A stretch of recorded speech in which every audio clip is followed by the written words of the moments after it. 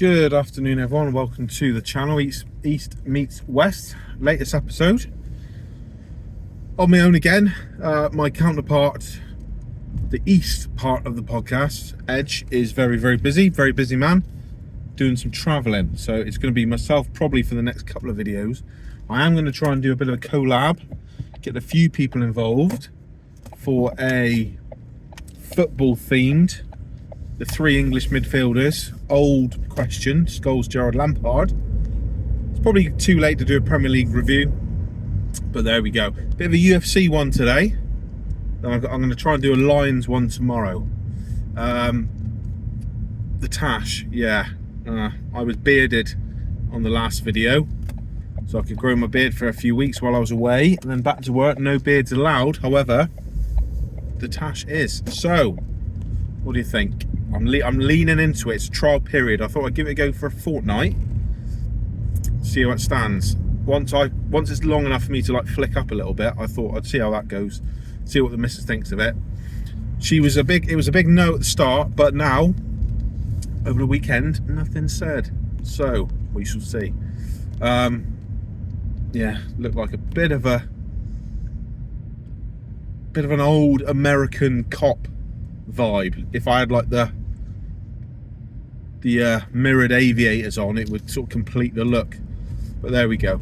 Anyway, UFC news. We have a new heavyweight champion, big Tommy Aspinall from the UK, from Manchester, specifically Atherton, I think it is, up near Manchester, Wigan sort of area. My northwest knowledge is not the best, but I believe it's sort of Wigan-ish.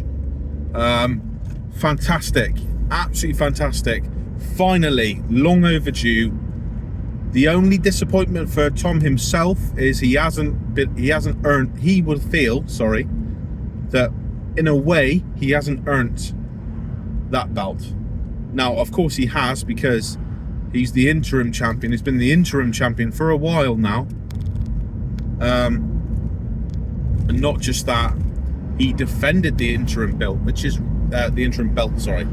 which is rare. That's a rarity in itself. The defense of the interim title is a rare thing. Obviously, Jon Jones has vacated amidst calls for him to be stripped of his belt for inactivity. He last fought in November last year. That was, we're touching July, at least 7 months ago. He's been saying he wants to retire, he's got no interest, fobbing off Aspinall, saying, oh, he's done nothing, he doesn't interest me, he's just, I think he said, oh, he's today's news, tomorrow's fish and chip job paper, or something along those lines. Flash in the pan, hype job, all this malarkey. Whilst Tom has starched everyone he's come up against. The only person to go past a round with him was Alex Orlovsky, which I believe was Tom's, I want to say, third fight in the UFC. I'm pretty sure it was his third fight in the UFC. Then he fought Spivak, done him in a round. Volkov towards the end of round one, but still within a round. Curtis Blades, 15 seconds. On paper, lost that fight, but his knee blew out. Returned, Tybura smashed him to bits within a round. For the interim belt, Pavlovich, one of the scariest dudes on the planet, probably still is, but at the time, monstrous performances, knocking everyone dead. Tom knocks him out, what was it, a minute 20? Minute 10, something like that. It was inside 90 seconds. Wow. Gives Curtis Blades the opportunity to earn the interim strap. Beats him within a round.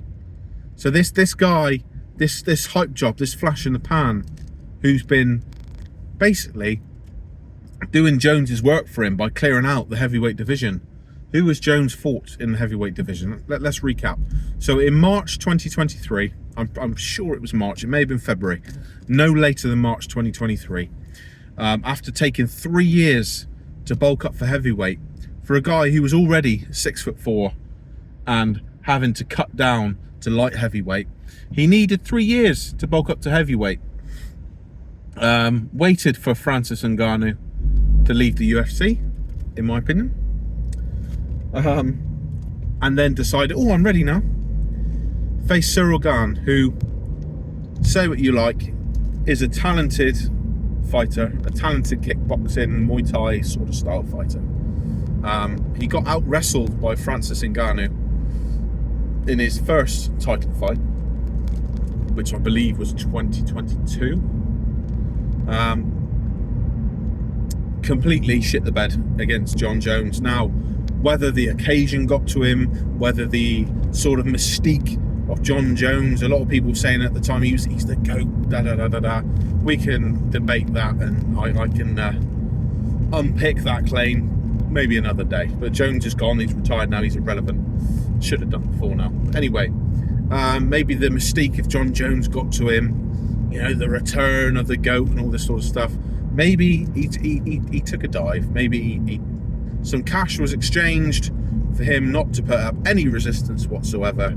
Getting taken down by Jon Jones is one thing, because despite what you say about Jon, he's a talented wrestler. But for him to be submitted in that fashion, that quickly, with offering no resistance whatsoever, suspect. Then Jon, that's March 23. He's meant to fight Stipe, who inactive for some time. I believe he got knocked out by Francis Ngannou in the COVID times. It was at the Apex. Vicious knockout. It's coming back, this legacy fight. It was already a little bit okay, but you know, Stipe Miocic, the most successful heavyweight champion ever in terms of title defenses, he's owed that opportunity. I think it's fair to argue that. Comes back, Jon pulls a peg in his training. Obviously, the fight's delayed. Tom Aspinall jumps in as a replacement. Stipe Miocic is offered. Tom Aspinall says no. So Jones is out, Stipe's out. Who's the next one on the bill? No, sorry. I believe actually Stipe was offered Sergey Pavlovich. Said no. So Jon's out, Stipe's out, Pavlovich is in. Tom Aspinall gets the call. Do you want to fight for the interim belt? Yes, please. Off he goes. Does what he does. So, in any other division, in any other fight, the next fight for the champion, the undisputed, in quotation marks, because Jon himself fought for a vacant belt because Ngannou left the UFC. He's the lineal champion. The next logical step would be for the undisputed champion to unify the belts by defeating or taking on the interim. Well, despite Tom Aspinall having UFC gold on his shoulder or around his waist and being the interim, which is the #1 contender spot, Jon Jones refused to fight him, said he's not a big enough fish. He's all about legacy fights. He doesn't want to he doesn't want to risk his legacy, which to me says he's frightened of losing to Tom. Fought Stipe in November last year in what was a pretty terrible. It was terrible. It wasn't great. Both guys looked slow, cumbersome. Stipe looked every inch of his 43 or 42 years old. He's still a part-time, you know, he's still a fucking fireman, for Christ's sake. You know, he's not living the life of a professional fighter every second of the day. No doubt he's disciplined, no doubt his diet's on point, no doubt he took his training very seriously, but he's not living an athlete's life every second of the day. His whole life isn't committed to, excuse me, being a fighter. And he was getting, you know, he hadn't fought for 4 years. And his last fight, he got absolutely flatlined by Francis Ngannou. He looked old. I wanted Stipe to win, but he looked old. Jon Jones looked slow, looked sluggish, looked cumbersome. Stipe was catching him, particularly in that second round. What would Tom Aspinall have done to either of those two on the night? Oh, Christ, it is frightening for them. And then Jon has still showed no. He's debunked, refused to fight Tom, said it's got to be for X amount of money. The UFC have reportedly said they met his demands. Dana went last year through a spell of every single press conference saying how that Jon Jones is the GOAT and he's the pound for pound number one, which doesn't make fucking sense because he fought twice in 4 years, whatever.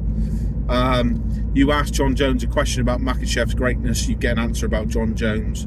You ask Dana White a question about fucking, I don't know, Toporia's rise, you get an answer about Jon Jones.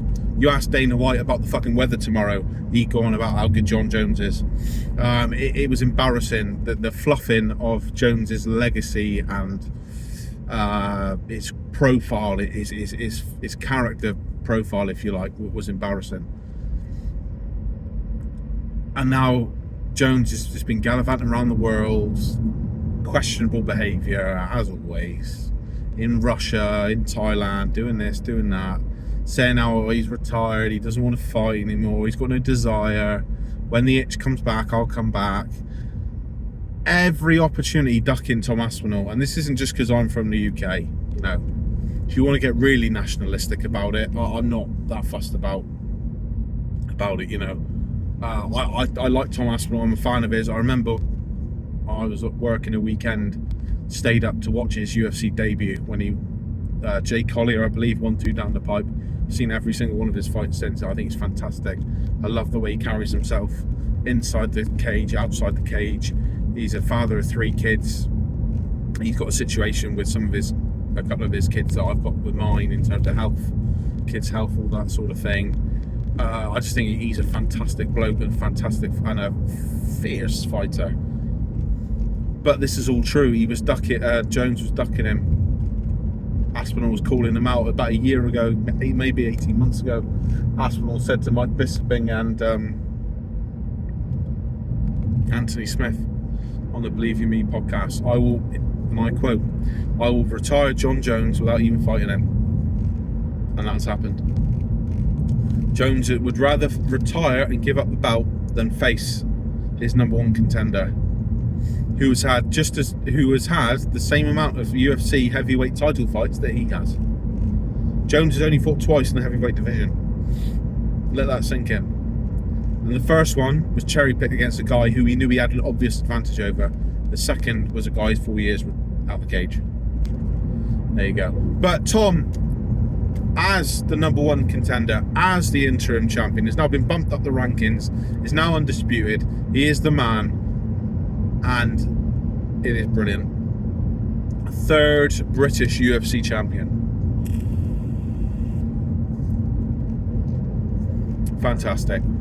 Michael Bisping was the first in 2016, I want to say. Leon Edwards was the second in 2022. Headshot dead. And now we have in 2025, by default, which takes a little bit of the shine off it, we have Tom Aspinall, UFC heavyweight king.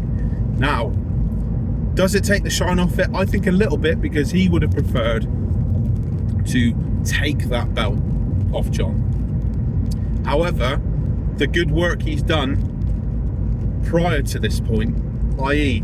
winning the interim belt and then defending the interim belt, and the circumstances he did against the guy who he blew his knee out against, I think that is more than enough validation to go, EOI is deserved. He put himself in that pole position.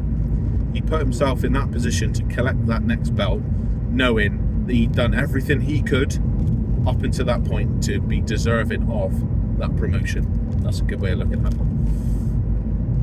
Fantastic news. Now, who will he fight next? A lot of people online who know a lot more about this than I do, who look at sort of rankings religiously and that sort of thing, are saying Cyril Gane. Now, don't get me wrong, Gane will be jumping at the opportunity now. In a way, I hope he doesn't get it, because this will be Gane's 3rd shot at the undisputed belt. third. He had to go against Ngannou, lost 5-round decision. He had to go against Jon Jones, embarrassing defeat in the first round. And not just is it bad enough he's getting the third shot, Tom called him out numerous times, wanted to fight Cyril Gane, went to Paris to watch Cyril Gane fight, I believe it was Spivak, was cage side, and Cyril Gane refused to acknowledge him. Now, should Tom have got out of his seat and strode into the cage, stood in front of Gane and go, I'm here, you cannot ignore me now, son, I'm stood in front of you on your home patch? Maybe. Is that Tom's style? No. If Gane had called him out and said, Tom, Mr. Aspinall, come to the ring, please, in French, or in it, because he does speak good English, to be fair, I'm sure Tom would have, yep, no problem, I'm here. It would have been respectful, would have been amicable, would have been sporting. Fantastic sportsmanship, no doubt. However, Gane refused to acknowledge him, refused to even look at him cage side, completely mugged him off. So if I was Tom, in some respects, I'd be tempted to go, you know what? I came to your own turf, sunshine, and gave you the opportunity to fight me and to make a big fight, because that would be a big fight. You know, now so even more because it's for the belt, but back then that would have been a big fight as well, because, you know, England versus France in any capacity, whether that's football, rugby, I don't know, if you add an Englishman against a Frenchman in any individual sport, boxing, MMA, taekwondo, I don't know why that's got to my head, golf, tennis, whatever, it would be big, because England versus France, there's always going to be that rivalry in some respects, and the two countries are very similar in terms of sports and success, because they have a lot of,